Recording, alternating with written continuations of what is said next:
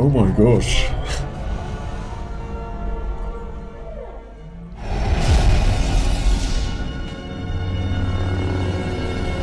Hello there, welcome back to my channel. My name is SKYMAN Universe and your Star Wars quote for today. I am most impressed to see you have survived your injuries. And today we're going to be reacting to Ahsoka episode 3. This week's gone so quick, but I have been spending a lot of time thinking about Ahsoka, thinking about the first 2 episodes that we've had so far. I mean, it was pretty good that we got to have 2 and elongate the beginning. It feels more like a sort of feature film. However, there is one issue which I've found now, and this always seems to be a recurring trend, which I don't like whatsoever, but TV shows, they always used to have a runtime of Z amount and used to stick to that. It always starts off, with all the Star Wars shows, it starts off nearly an hour, 15 minutes or something like that, taking into consideration about 10 minutes worth of credits as well each time. So that already knocks it off by 10 minutes. But you have around about the 40-minute mark, but it always gradually seems to go down each week, and this week it's 30-something minutes. So that's going to be 10 minutes of credits time there as well. So 30 minutes for a show. And I mean, going by the pacing of the first one, for episode 1 and 2, there was just slight things which I noticed. One of them was the pacing of it, but anyway, I loved the first 2 episodes. I thought they were a really solid start for the show. There was one thing which I felt was slightly, that I'd tweak a little bit, and that would be the pacing of it.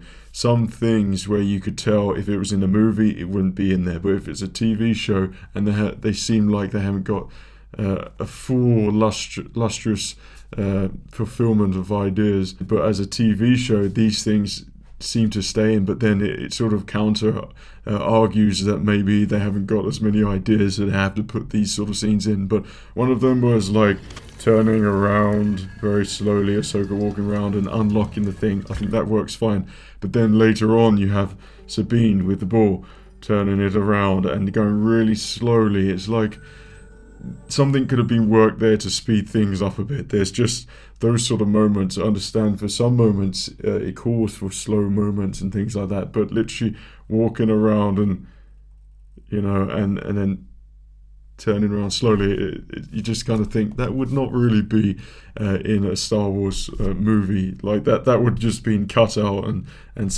there would have been a more interesting way to do that, so to speak, rather than just twisting things. I think there would have been a bit more imagination in that regard. That's me being picky there. I think in the time that you're given, I always want to jam-pack as much in there as possible. The idea of having things on TV shows, I always feel like it's elongated, stretched, like it's held back. Butter scraped over too much bread. For some reason, I have no idea why. Even when it comes to movies as well, Obi-Wan, I always felt like it was held back, like it needed something to really, wow, like here we go, like it's kicking off. But the way my imagination works, I imagine these spectacular things, and it's very easy for me to do so, like environments and sort of different stories and something that would up the ante, and my sort of understanding of John Williams music, how to implement that to create the emotions needed to heighten that scene, for the music to speak for the scene. Whereas it always feels like it's missing in a TV show a little bit, like it's not quite there, and I don't know how to explain it. But then again, I sort of understand it's a TV show and it's not a movie, so there's going to be differences between that. But there are certain things with Ahsoka where I feel like 2 episodes probably could have been just put into one long episode, cut out those tiny bits and made it a very sort of nicely paced show for the start of the show. That would have been really nice, which leads on to the whole point of holding back, like it's stretching it out and holding back the main characters who really should start being implemented in there. Thrawn, which my fingers are crossed so much for my prediction. What we're going to see in this episode is Thrawn. I really hope that hyperspace ring, I assume that's not just traveling through hyperspace, that's to leave the galaxy and travel through like a hyperspace to go to another galaxy, which I would find very interesting and kind of mind-boggling and blowing as well. So if handled very, very correctly, it could be very exciting. My thing is, if they go to another galaxy, it's that thing of, well, is it just going to be like the Star Wars galaxy, a bunch of other planets and things like that. It shouldn't be really. But then, do you want to deviate that much from Star Wars? No. So it's kind of like unknown territory. Should it remain a mystery? Some things are better left as a mystery. It would kind of be cool, and then Thrawn comes back with like some sort of power or secret knowledge or something like that from that galaxy, which he tells no one. I'll be happy from that. But going to another galaxy and it being completely different Star Wars, which I feel like they might consider actually doing because of how different Star Wars feels these days. I wouldn't put it past them. But I think it can be a spectacular, juicy thing for them to do, to actually go to another galaxy and to actually be different and a different power rules there, etc., etc. But then I hope that's not like a bit where sort of Palpatine's been, and that's where the First Order's been building up, etc., etc. Don't want any of that. But yeah, I think hoping that Thrawn will come back earlier as soon as possible, or come into the show, so you could really have the series of Thrawn being a threat and the main antagonist. I think that would be very, very good. I know they're probably trying to set up the Night Sister and Baylan and his apprentice a little bit more. Baylan, who I still believe is a very nice character, and I wish he was the main antagonist here, but for some reason he's not. I don't know why they brought back that Night Sister. I thought she was just like someone had, she was running that little village, and she just had a bit of knowledge. Ahsoka defeated her in Mandalore, and that was it, done. And Baylan should have been, I think, the person who was fronting this, because he's a new character. We don't know much about him. Where his allegiances really lie is very interesting. I feel like as a mercenary, he probably would have been hunted down by other people, especially if he was part of the Order. So I don't really know what's going on there. So there's a lot to talk about here. But the Inquisitor, who throws his lightsaber at Ahsoka, and then Ahsoka does that epic dodge. Now, I saw a video that someone put Sam Witwer's name was in the credits, which gets me very excited, but then also very nervous as well, that the fact that he could be implemented in, he could be brought in as an Inquisitor, as Starkiller, which would be freaking awesome. And because of Sam Witwer and Dave Filoni together, I mean, that would be amazing. And the fact that Sam Witwer is Starkiller, like his face is Starkiller, I mean, that has been calling for his own appearance in Star Wars in live action form for a long time now. However, it concerns me greatly that it would be done via a Disney Star Wars way. I don't know why, but there's just apprehension when it comes to them handling beloved characters. Like, some they do good, but others it's just such a miss. It's not bad, it's just such a missed opportunity. And like humongous, they get given these characters, but they don't really know what to do with them. It's like they don't quite understand the immensity of their character and what it holds within the Star Wars universe. But if he is implemented in there, I mean, that's going to be out of this world. But Starkiller is more powerful than a lot of people, shall we say. So how that would work within the grand scheme of things, I don't know, because I feel like they wouldn't show, if he did turn up, they wouldn't show him just ripping down a Star Destroyer from the sky and really show off his force powers. That would just be too epic for them to handle something like that. It's more of a TV show based environment where those sort of things don't happen. So I think in terms of antagonist, Baylan and his apprentice are looking very promising to me. However, then it does move to the lightsaber stab, and I will stick by this. I know that, you like I said, you can argue that it wasn't obviously in the main part of where Qui-Gon got stabbed, or vital organ or something like that, but to me, it 100% still diminishes the effect of a lightsaber, where you feel like, well, if someone's got stabbed, it's like, well, they're probably going to be okay now. I don't care where they get stabbed with a lightsaber. A lightsaber is a mystical weapon that we don't understand. And a lightsaber, we've seen it cut through metal and how it sort of expands and things like that. It's kind of the same thing like in all the main Star Wars movies. If you're hit by a lightsaber, you take on damage. But then you have consequences for that. But everything Disney have done with lightsabers, like the stabbing of the Grand Inquisitor. Oh, he's back up again, and then also Reva, did she get stabbed as well by Darth Vader? and she's better again. It's like, come on, seriously, this is the weapon, it's like, of a Jedi. It's used for a reason. They're the most powerful weapons, and no one else could wield them, and they're used for a reason. And this whole notion of they're quickly stabbed, you're fine, so diminishes what happened to Qui-Gon. And I only feel so strongly about that because of how strongly I felt when Qui-Gon was defeated by Darth Maul. That sort of set up, for me, the importance of, like, all the scariness of lightsabers and dueling and things like that. So if you get hit by it, sure, if you have like a slash and you could sort of slash off, then yeah, that's fine. You could argue that the Darth Maul slicing in half, what about that? That's different because George Lucas decided that was the case, so that's fine in my book. Like, and he was trained by Palpatine, and Palpatine has this, you know, Sith knowledge, and Darth Maul's pure hatred kept it alive. I kind of, even though it's far-fetched, it works. It completely works for me. But seeing as a recurring trend over and over again sort of diminishes its effect for me. But yeah, I think those are the sort of very, if I'm being sort of critical about it a little bit. But apart from that, this show, there are some really nice bits, especially on Lothal, which I love so much. And I've loved it so much that I've gone to start watching. I've begun Rebels all over again, and I got it on Blu-ray, so I'm slowly, well, everything that I love that's on Disney Plus, I invariably have it on the Blu-ray or something like that, but I'm making sure that I acquire these things after Ahsoka's done. That's my sort of Disney Plus ended there, and I'll be looking forward to sort of Star Wars, the movies again. I hope that would be the case and go back to the original format, because to me, well, I think that's for another time. For watching that all over again, feeling like Hera and the relationship with Rebels and Ezra, it just hits you in a slightly different way again, which I found really nice. And it showed me how much I love Rebels. I think I'm on episode 5 with the fuel and the monsters coming out in the asteroid field. And yeah, it's sort of seeing that, and now I get to compare it again with the live action and seeing Lothal, like I said, in its beautiful entirety.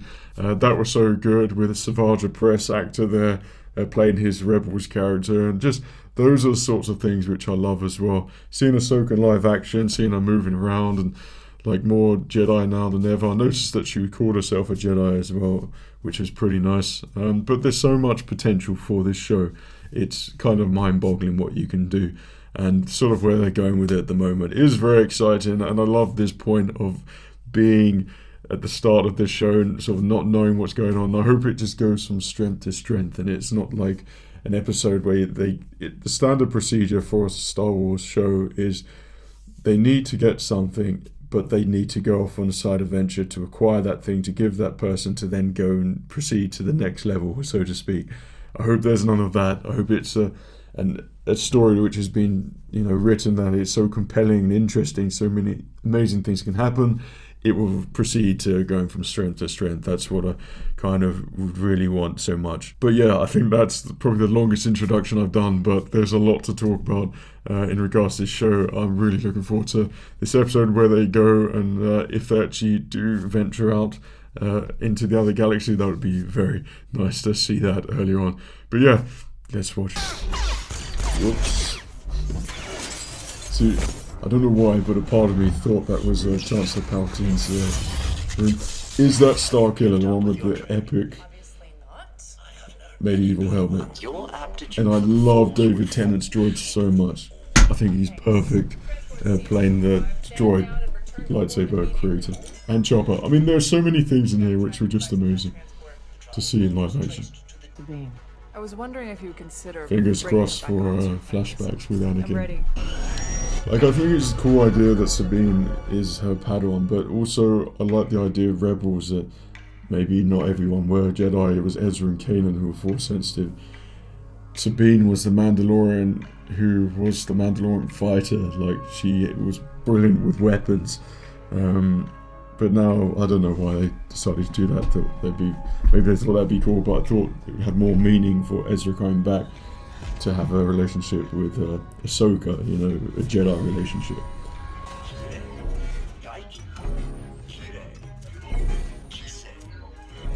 Well, that's pretty awesome.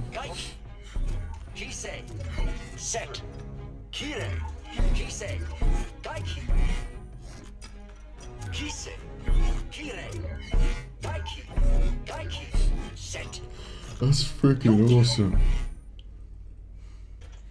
Can they make that technology so we can do that? That's a brilliant idea. I love that. I'm not certain Lady Ren is ready for that technique. Thank you, Hu Yang. How long till they all start doing that? Something I did notice in the last series, everyone crosses their arms all the time. Those skills alone will not be enough to defeat our enemy. But she looks so good as Ahsoka, my goodness. I discovered that according to Hu Yang, I'm the worst candidate to be a Jedi out of every Jedi he's ever known. You told her that? It's true. It doesn't matter. I think it does. Agree. Here, put this on. I admire his honesty. You're joking. I can't see. How am I supposed to fight? I want you to see with more than just your eyes. Okay. Try not to carbon Now copy what? Luke. Next to Hu Yang. Are you sure? Very funny. You'd be dead. Not if I could.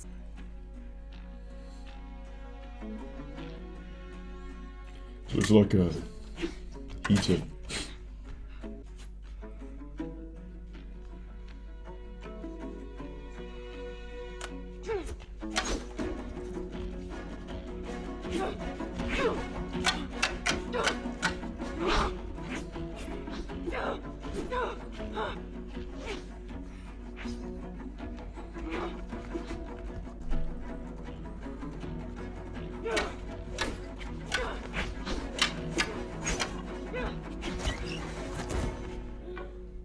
I wish I could be dueling. It's that kid inside me which is, ever since I saw The Phantom Menace, I became obsessed with lightsaber duels. Anger and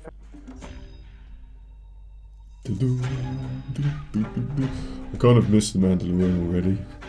Maybe not so much season 3, but first 2 seasons, that sort of era and vibe was very nice. Time to fly.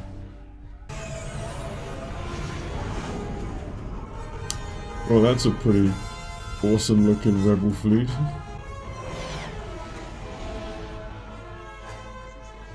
Or the Alliance, Chancellor? or whatever they call themselves. Chancellor Mothma, senators. Hera. Chancellor. Oh my gosh. That's so cool. No doubt. That's, well, I'm very happy with that. Congratulations, Mon Mothma. Just hear the general's report. The fact that she's got the Chancellor cuffs. I love that so much. Hera. Your personal quest to find Ezra Bridger. Ezra vanished while fighting Thrawn. And that you conveniently use a threat of Thrawn's return to acquire those resources. That could be put to... Were you ever in the war, Senator? Just sat back and waited to see who came out on top?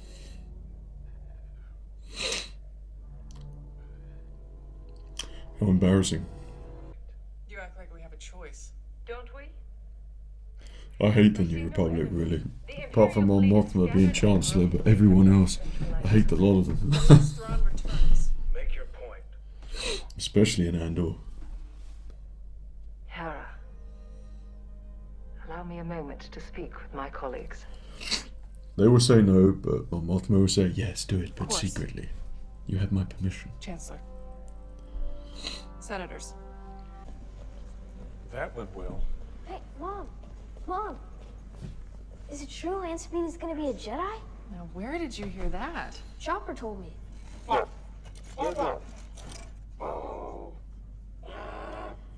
want to be a Jedi. Yeah, I know you do, Jason. Jason. Well, that's come straight out of the EU, hasn't it? The name? Wasn't that meant to be Kylo Ren's name? Jason Soda. Well, like you said, weapons I can handle. It's I know this because I did a rewrite for always has been. episode 7, 8 and 9. Takes time. But I've never made a video on No, it.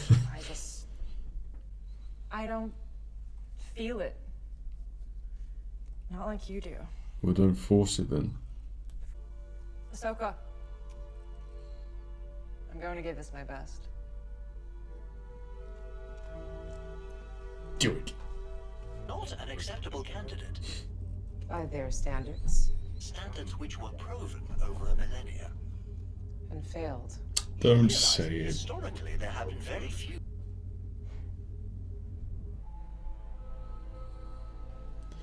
So this is always trying to diminish the Jedi Order. Like for 1,000 generations, they lived in peace.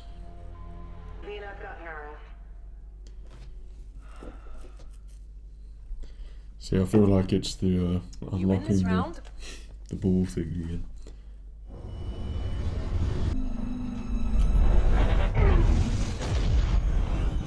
Nothing. It's no moon. Why we drop out of hyperspace so far from the planet? Standard Jedi mission protocol when...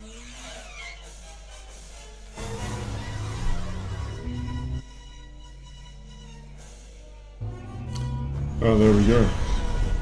Inquisitor time. 2 and 3, close range and engage. I do like the apprentice. She's cool. Port now!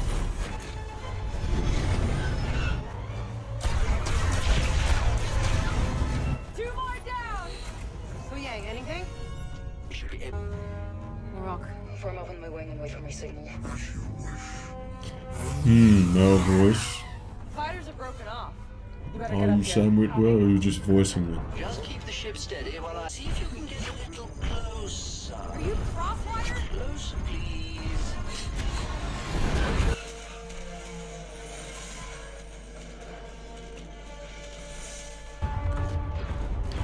They seem to be like hitting you every time. So.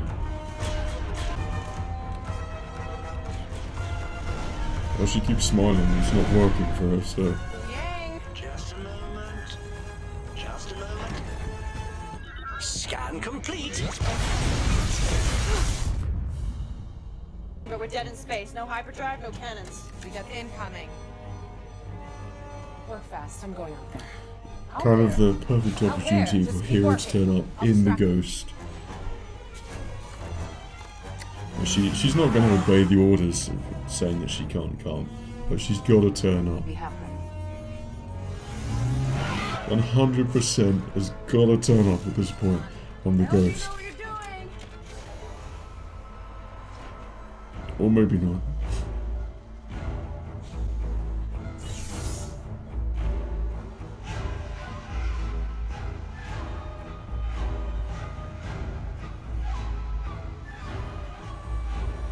Oh, this is pretty awesome. And she looks pretty awesome. I see her.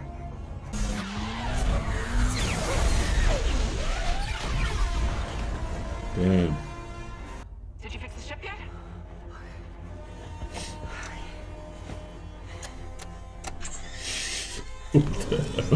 Just floating by. I kind of love just seeing her walking around on the outside of her ship in space. I love that so much. Nice trip. The gunship sounds, blaster sounds, sound like someone typing something in the computer aggressively. Something's not working. No. A fleet. What? What is it?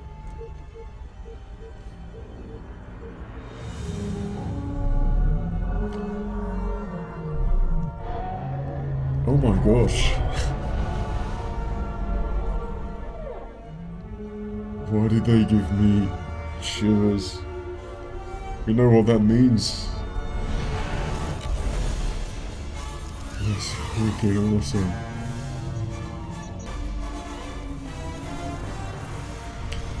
I mean, that does look pretty amazing, flying and weaving in between all the tentacles of the Purgle. But that's freaking amazing. The fact that they're there as well on that planet is just... That's the kind of writing I like.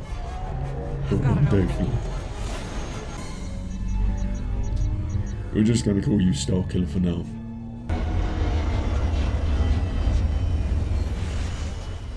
Like I'll say my random thoughts, but if the Purgle were there, my version of this planet would be like the trees, and they'd send up like feeding whatever the Purgle feeds on, and that's what's filling the sky up. Just to make it a bit different and Star Warsy. That's just the random things that I would think about.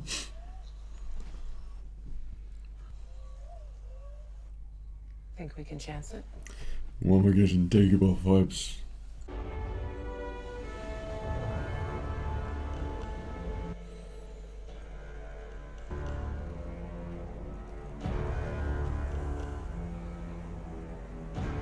Jedi have taken refuge in the forest. Hunt them down. Please not. Each other.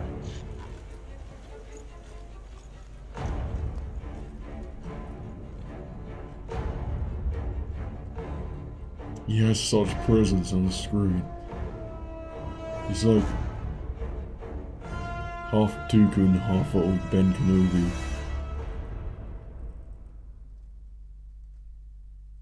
Oh. I feel like it was just getting somewhere. God damn it. I swear that happens every single time. Just when the episode's getting really interesting and you're literally properly invested at that point, and then it's, yeah, we're done. See you next week, sort of thing. I think that's, like, I didn't think about the Purgle being there whatsoever. So the fact that they're there, I think that was just really nice writing there to have them there, because it sort of cements that they're on the right track to be going to the other galaxy, and then to have a Doctor Who droid, whose name I should probably know, but I don't, so let's just call him Doctor Who droid. But for him to sort of verify that as well with the Purgle, and then also saying that the Jedi in their archives had space routes which would go in between galaxies. I mean, that's freaking insane. Like, if that's true, and then they go to another galaxy, imagine if some Jedi, this is where it would make sense to me for them being more Jedi, and not the last of the Jedi you will be. And it was just him and Luke and Obi-Wan. And then with 1,000 other Jedis which they've created who managed to escape. But if they escape down this sacred hyperspace route, and then the Jedi have been hiding there as well, and then they sort of bring back Jedi Knights, and my gosh, that would just be incredible. Like, if that even happened. So it makes sense, like, Luke was left to fight Vader and the Emperor by himself. I'll never quite get over that sort of storyline. To me, even though, you know, it makes sense that the Jedi some Jedi managed to escape and things, but it's happened to so many Jedi now, it doesn't make Order 66 seem as successful as it should have been, because we know the effect of one Jedi Knight, what they can do. So any Jedi that were left over is a big problem for Palpatine and Vader. Now, we know that Vader go and hunt them down, but since I was a kid, I always thought once Order 66 took place, then that was it for the Jedi. We are left with Luke, which makes the stakes and the weight of the whole universe more compelling because it's on his shoulders, and he has to go with that burden. That's why it makes Return of the Jedi so special. However, then you sort of neglect all the amazing stories that we've had between that, like with Kanan and all the other Jedi. And there's sort of a part of me wants Order 66 to literally wipe out all the Jedi except Obi-Wan and Luke. But at the same time also have, Ahsoka and everyone. But I think the clever way that should have been done there is if Ahsoka was out there with Ezra and Thrawn, that would have made sense, because I still think Ahsoka would not have got involved with helping save Vader. Even though she doesn't call herself a Jedi, doesn't mean that she wouldn't still want to help out or something like that. But yeah, I digress immensely, as I always do, because this just makes me always think about these things. But this episode, I think it sort of started in the slow pace again, sort of walking around. The training was awesome though. I don't know if you saw it, it was just sort of internal or maybe visual happiness, but the sticks I really loved, because that's just reminded me when I was a kid and always used to play with canes as my lightsabers, and then the big canes for Darth Maul lightsaber. I was obsessed with that when I was younger. Still am, still would do it, and still waiting to find the appropriate person to just choreograph lightsaber fights with me and just non-stop keep doing that.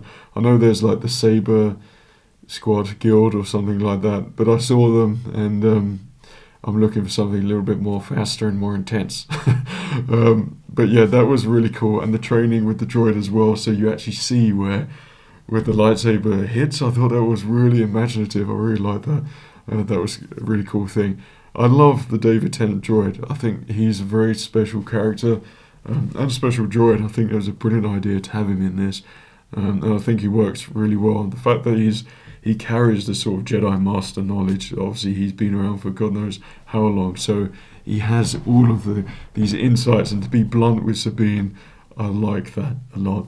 There might have been a little bit, walking around a sort of slow pace again. And I feel like this episode would have greatly benefited if it was going to be something that I edited and a bit more fast-paced for a movie. Maybe start at Ahsoka and Sabine jumping out of hyperspace and going direct to the space battle, and then sort of proceed from there, because from there onwards, apart from the lightsaber training, it was very interesting, compelling. I really liked the Ahsoka coming out of her ship though. That was awesome. I loved the imagery of that so much. I know there's a fine line to tread when you do that. There's that way where she's got the mask and she's flipping around in her suit and everything, or there's the other way, whose name episode we do not speak. But yeah, it's funny how you just tweak it ever so much and it just really works. And seeing Ahsoka do that, it was such a Clone Warsy thing, which I loved and I really appreciated. And I think that worked really well. Even with the Inquisitor ships going around and trying to blast her off, that was really good. There's a lot of, I don't know if it's sort of fan service or if it's, I wouldn't say lack of imagination, but it sort of gets to that point where, you put the visor on and then you almost mimic, oh, I can't see anything, what Luke Skywalker said. I think at this point we've had so much sort of callbacks, like we know. And I think at this point in Star Wars, I'm always looking for that sort of new, refreshing thing. We've had all the series, they have their moments to become Jedi.